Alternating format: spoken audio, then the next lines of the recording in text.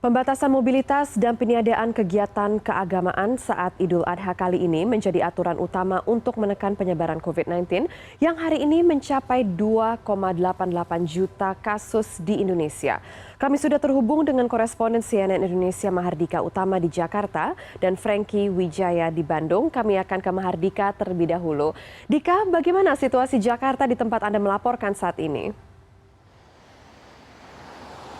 Ya, selamat siang Amelia. Lebih tepatnya saya berada di ruas tol Cikampek kilometer 31 yang masuk ke wilayah Kabupaten Bekasi, dan di titik saya melaporkan saat ini arus lalu lintas sebenarnya cukup lengang jika dibandingkan dengan waktu normal, tetapi di kilometer 31 ini ada posko pemeriksaan yang dilakukan oleh petugas gabungan dari TNI Polri terhadap kendaraan-kendaraan pribadi terutama dan juga kendaraan travel yang akan keluar Jakarta. Jadi setiap kendaraan yang akan keluar Jakarta melalui ruas tol Cikampek ini harus melalui posko pemeriksaan yang mana pemeriksaannya adalah untuk memeriksa 3 persyaratan utama selain tentunya memenuhi protokol kesehatan, Amelia. Yang pertama adalah harus membawa bukti hasil negatif dari pemeriksaan PCR yang berlaku 2 kali 24 jam sebelum perjalanan atau rapid test antigen yang berlaku 1 kali 24 jam sebelum keberangkatan. Lalu syarat yang kedua adalah menunjukkan sertifikat vaksin setidaknya dari dosis pertama, dan syarat yang ketiga adalah menunjukkan STRP atau surat tanda registrasi pekerja bagi mereka yang bekerja di sektor esensial maupun juga kritikal. Lantas bagaimana dengan para pengguna jalan yang akan keluar Jakarta tetapi tidak masuk ke dalam kategori pekerja di 2 sektor esensial ataupun juga kritikal? Mereka harus bisa menunjukkan urgensi kepergian mereka, seperti apakah ada keluarga yang meninggal, dan itu harus dikuatkan dengan bukti adanya surat kematian dari RT RW atau kelurahan setempat.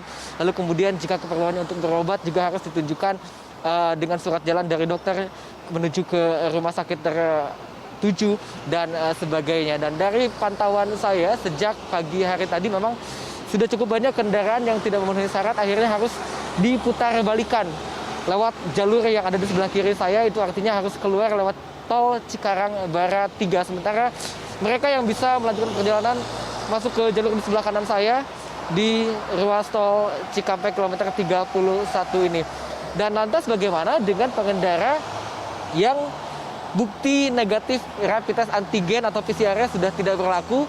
Maka mereka sebenarnya masih bisa melanjutkan perjalanan asalkan mereka terlebih dahulu untuk melakukan pemeriksaan rapid test antigen di posko rapid test antigen yang sudah disiapkan, dan ini gratis, tidak dipungut biaya, dan letaknya ada di depan gerbang tol Cikarang Barat 3. Dan juga tadi saya memantau cukup banyak juga pengendara yang memanfaatkan rapid test antigen gratis ini untuk melanjutkan perjalanan bagi mereka yang tentunya tidak bisa menunjukkan bukti negatif dari pemeriksaan PCR ataupun juga rapid test antigen. Dan mengacu kepada data yang saya himpun dari petugas dari Korlantas Polri yang berjaga di kilometer 31 ini atau di posko penyekatan KM 31, sejak Senin pagi kemarin sampai Senin pagi tadi, sampai pukul 7 pagi tadi, sudah ada 1014 kendaraan pribadi yang harus diputar balik kembali ke arah Jakarta, dan 51 kendaraan travel juga yang tidak bisa melanjutkan perjalanan ke luar kota Jakarta. Dan sejak pukul 7 pagi sampai saat ini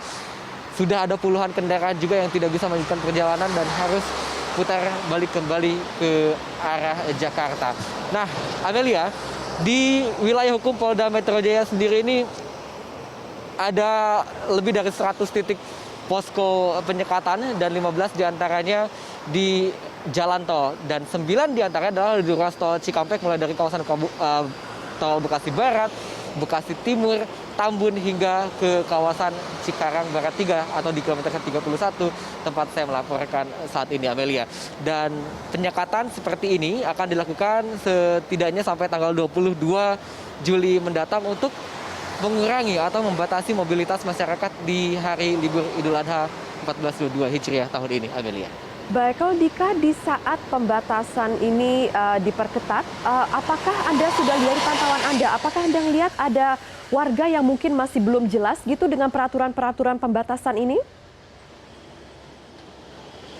Ya, dengan banyaknya kendaraan yang harus putar balik itu juga menunjukkan artinya masih banyak warga baik dari Jakarta ataupun juga di wilayah Jabodetabek ini yang belum sepenuhnya mengetahui adanya aturan pengetatan syarat perjalanan pada saat masa PPKM darurat ini. Dan kita juga tadi melihat bahwa ada pengendara yang hanya misalnya membawa bukti vaksin saja, atau hanya ada pengendara yang hanya membawa rapid test antigen saja dengan bukti negatif, atau hanya STRP saja. Tetapi tadi saya menegaskan hal tersebut kepada Kasih Audit dari Direktorat Keamanan dan Keselamatan Korlantas Polri, AKBP Hendro, yang berjaga di posko 31 KM 31 ini. Ia menyatakan bahwa setiap pengguna jalan harus menunjukkan ketiga syarat tersebut atau tidak bisa salah satunya, kecuali tadi seperti yang saya jelaskan sebelumnya, bagi pengguna kendaraan yang bukan merupakan pekerja di sektor esensial atau juga kritikal, mereka harus bisa menunjukkan urgensi keberangkatan mereka kepada petugas kepolisian. Dan untuk diketahui bahwa pemeriksaan seperti ini rencananya atau skemanya akan dilakukan selama 24 jam oleh petugas gabungan dari TNI dan juga Polri. Amelia, kembali ke Anda. Baik, Dika, dan sekarang kita akan beralih ke Bandung, Jawa Barat. Ada Franky Wijaya di sana. Franky, bagaimana situasi dari tempat Anda melaporkan saat ini? Ya, selamat siang Amel. Ya, berbeda dengan yang dilaporkan Mahardika, di saat ini saya berada di wilayah Ciberem yang berbatasan langsung antara kota Bandung dengan kota Cimahi. Dan lokasi ini biasanya sebelum Hari Raya Idul Adha hari ini selalu dilakukan penyekatan oleh petugas. Artinya memang setiap harinya selama 24 jam memang seluruh kendaraan yang melewati jalur ini pasti akan diperiksa oleh petugas, baik itu, dan harus bisa menunjukkan syarat yang sama seperti yang tadi terjadi di Cikarang, yaitu diantaranya bukti vaksin minimal dosis pertama, kemudian hasil negatif COVID-19, baik itu PCR maupun antigen dalam kurun waktu 2x24 jam, dan juga surat tugas dari perusahaan yang menjelaskan bahwa tempatnya bekerja merupakan masuk ke dalam sektor esensial dan juga kritikal. Namun pada hari ini, berdasarkan keterangan petugas, memang sengaja tidak dilakukan penyekatan karena situasi lalu lintas di kota Bandung sendiri dinilai cukup lengang dan tidak sepadat waktu masa pemberlakuan PPKM darurat yang dilakukan sejak 7 Juli lalu di kota Bandung. Dan nampaknya memang dari pantauan saya tidak hanya di titik Ciberem ini, di sejumlah titik jalan yang dilakukan penyekatan seperti misalnya Cibiru dan juga Muhammad Toha, hal serupa juga sama, hanya dilakukan situasional, artinya tidak ada penyekatan, artinya tidak ada penghalangan kendaraan yang akan masuk keluar kota Bandung dari wilayah Bandung Raya. Hal serupa juga terjadi pada penutupan jalan yang dilakukan di kota Bandung. Kota Bandung sendiri ada 30 ruas jalan yang ditutup setiap harinya dalam jangka waktu 3 kali. Ini tadi pantauan saya seperti misalnya di Ring 1 Kota Bandung, seperti misalnya di Jalan Asia Afrika, kemudian Jalan Gatot Subroto maupun Ahmad Yani, ini terpantau tidak ditutup oleh petugas. Tadi saya melewat jalan tersebut sekitar pukul 9 dan seharusnya pada pukul tersebut yaitu 8 hingga 10, jalan tersebut itu harusnya ditutup agar masyarakat tidak bisa melintas. Namun jika kita melihat alasan dari petugas yaitu kondisi lalin yang sepi, ini menjadi salah satu faktor mengapa situasional dilakukan, artinya buka tutup dan juga penyekatan dilakukan situasional karena hal tersebut. Dan memang pantauan saya di sekitaran kota Bandung sendiri memang cukup sepi jika dibandingkan dengan biasanya. Mungkin karena ada faktor pelarangan juga ataupun peniadaan sholat Idul Fitri yang harus dilakukan di rumah dan tidak boleh dilakukan di masjid.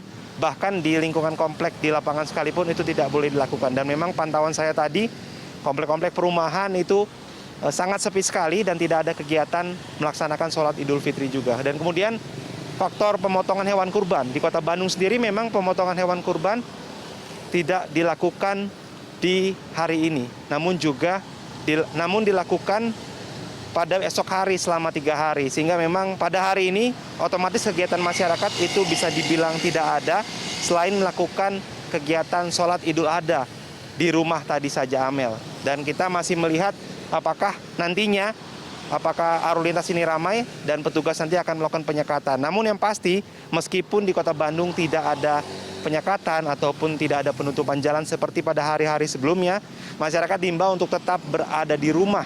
Ini tidak bisa dijadikan pengecualian karena memang petugas nantinya akan melakukan tindakan jika terbukti melakukan pelanggaran-pelanggaran yang tidak sesuai dengan kondisi PPKM darurat pada saat ini. Amel. Baik, Franky Wijaya dari Bandung, Jawa Barat, dan sebelumnya juga ada Mahardika Utama di Jakarta. Terima kasih kawan-kawan atas laporannya. Minal aidin semuanya dan selamat bertugas kembali.